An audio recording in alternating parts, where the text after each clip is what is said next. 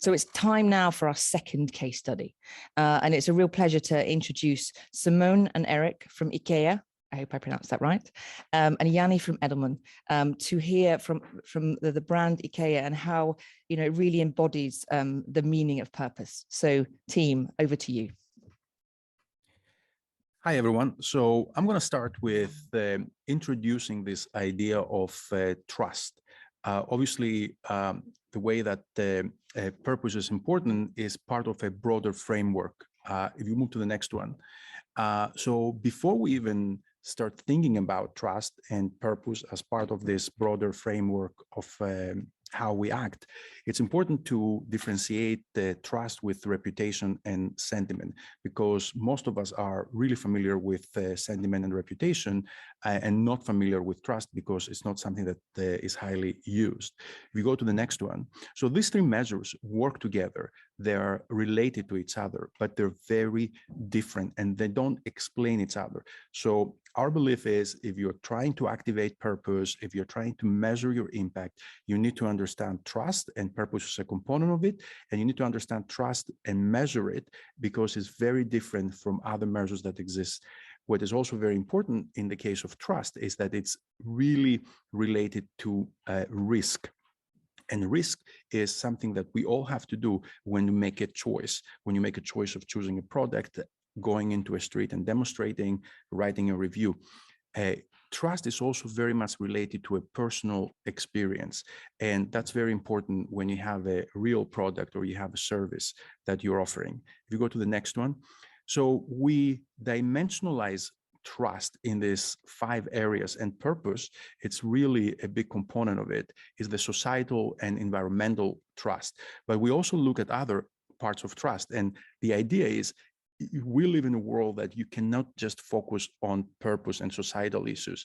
You need to also make sure that there is functional trust, that the product actually works and it does, and it's good at what it does. You need to look at transactional trust, which is the product actually keeps its promises. It has dependability, and also integrity. How do you treat your employees? How do you treat your customer? This is a moral and ethical trust.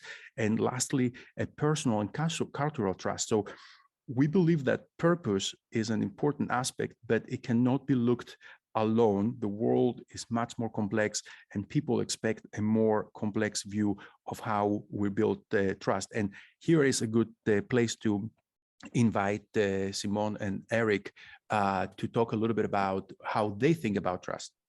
So, Simone? Hi, Yannis. Yeah, thanks. I think what's interesting for IKEA is that we are an incredibly purpose-driven company, and this is something that's in the roots of IKEA. That's basically how we started, with an incredibly strong vision of creating a better everyday life for the many people.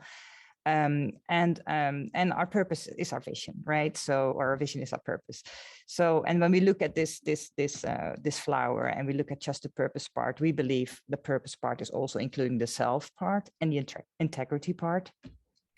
And this is coming quite naturally, and it's important for us to kind of like keep on measuring this, but it's not until you take the whole flower together, which is very important for IKEA to include this ability and the dependability measures as well, because this is where we can see the complete picture and can attribute it to the right elements to get our trust score.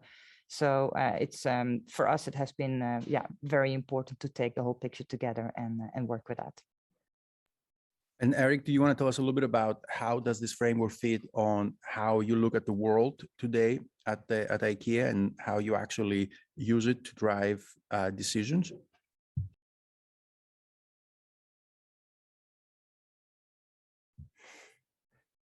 I was muted. So actually, I can see that trust is something that we're coming directly to see that from other research than not just Edelman. We can see this from Kantar or JFK or any research company within the sphere. You could see that these components are matching the reality for IKEA, that the ability, the dependability, the integrity are all equally important to drive trust for IKEA. When it comes to the product quality perception, what we do for the people on planet, and also how we treat coworkers. all that plays into how trust in IKEA and how it drives business outcomes is really important. So I can just confirm this picture, but with other labels internally, basically. Thank you. And that brings me to the next slide, which is, does it actually work? And what we have seen is that the trust is actually correlated very strongly on better outcomes for every part of the customer journey. So there is higher level of consideration, there is a higher level of purchasing, you advocate more, you're more loyal, you're more resilient where there is a crisis, your willingness to engage and act on behalf of the brand or of the corporation. So there has been research that we did, but other research as well outside our sphere that validates that when you build trust, you end up building better outcomes. If you go to the next one, and what's also important is to realize that those outcomes don't stay in the funnel or the consumer journey. They really translate in more sales, obviously, as a result of that, but also an increased valuation from a stock price perspective. Econometric studies we've done proved that there is $5 billion of difference in value between high trusted and low trust companies.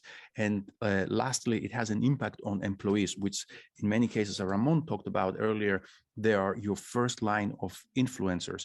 So employees in trusted companies have a higher retention. There is better value that you can get from those relationships. And here, I think it actually it's very relevant to see how does IKEA think about measuring the impact of trust. So Erik, if you want to give us a little bit of your view on that. So let's start with the customers and the many people, because that is what we're here for, and to serve the many. And we could see directly correlations from normal MMM modeling, econometrics, basically, that trust is one of the key brand components that actually drive sales and visits to our touch points, and also sales, of course. So that's a classic MMM methodology that boosts this relationship. When it comes to also customer loyalty and customer satisfaction, we also see that there's an indirect relationship from employees, because the most satisfied customers are those that meet the most highly engaged coworkers, right? So, and what we could see from our internal surveys is that those who are highly motivated by our purpose are also those who are most highly engaged coworkers. So basically, there's a indirect relationship via our employees as well. And investors, we don't have, so I skip that. Thank you.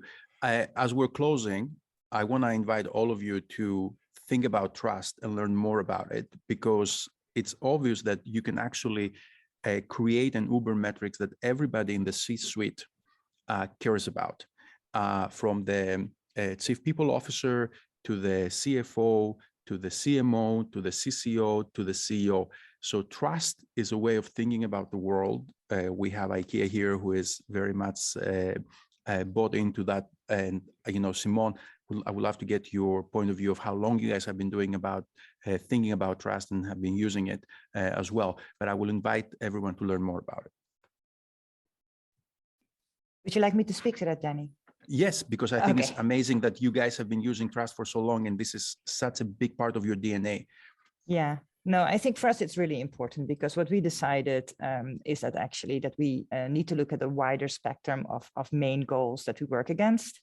And so we call it our value creation map that includes not just the commercial goals, but also we have trust in there, we have positive societal impact in there, but also the co-worker goals. And so I think that is something that, you know, taking that in into your goal set company-wide, it helps you steer the right strategy from the beginning, and it helps you create your right plans. So I'm incredibly proud to work for a company who has that, the total overview, and not just focus on the commercial outcome.